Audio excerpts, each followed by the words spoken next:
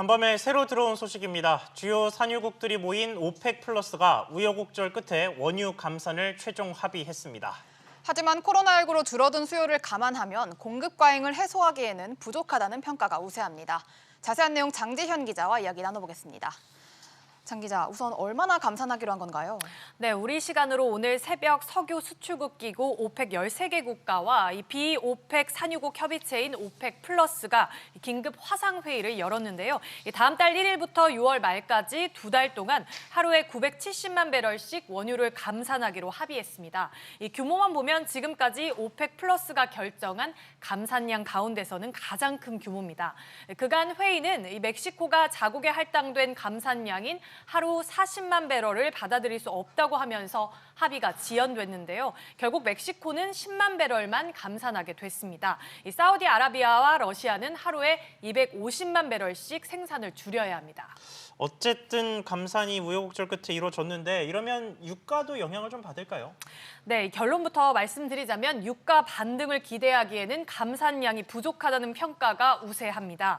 지난 9일 오펙 플러스 회의를 앞두고 하루 최대 2천만 배럴 감산 추진 뉴스가 나오자 유가는 폭등을 했는데요. 결국 뚜껑을 열어보니 감산 규모는 1,000만 배럴까지 줄었고 여기에 멕시코 입장까지 받아들이면서 970만 배럴로 합의가 된 겁니다. 일시적으로 올랐던 유가는 다시 제자리로 떨어졌습니다. 코로나19의 여파로 감소할 원유 수요량이 하루 3천만 배럴로 전망이 되는데 이번에 합의한 970만 배럴 감산은 이 공급 과잉 부담을 덜어주기에는 턱없이 부족하다는 지적입니다. 네, 최근 들어 이 원유와 금 상품에 투자하는 분들이 많았는데 좀 희비가 엇갈리는 모습인데요. 이 금값은 천정부지로 치솟고 있죠. 네, 그렇습니다. 지난 11일 기준으로 KRX 금 현물 시장에서 금값은 1g당 6만 5,340원의 거래를 마쳤습니다. 2014년 3월 24일 금 현물 시장이 개설된 이후에 가장 높은 수준인데요. 올 초 5만 6,860원에서 15% 가까이 오른 겁니다. 이 금값이 오르는 이유는 주요 국가들의 양적 완화 정책 때문으로 분석이 되는데요.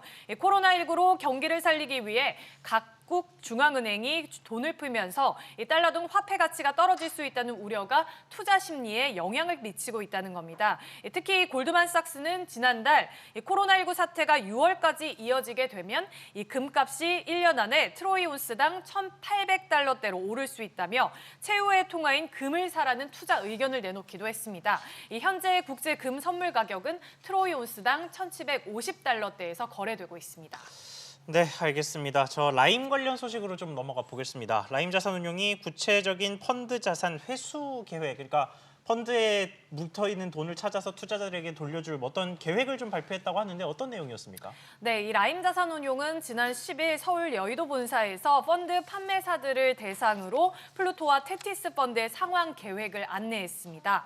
이 자리에서 라임은 오는 2025년까지 순차적으로 플루토는 총 4천억 원, 테티스는 총 1,300억 원을 상환하겠다는 계획을 밝힌 것으로 알려졌습니다.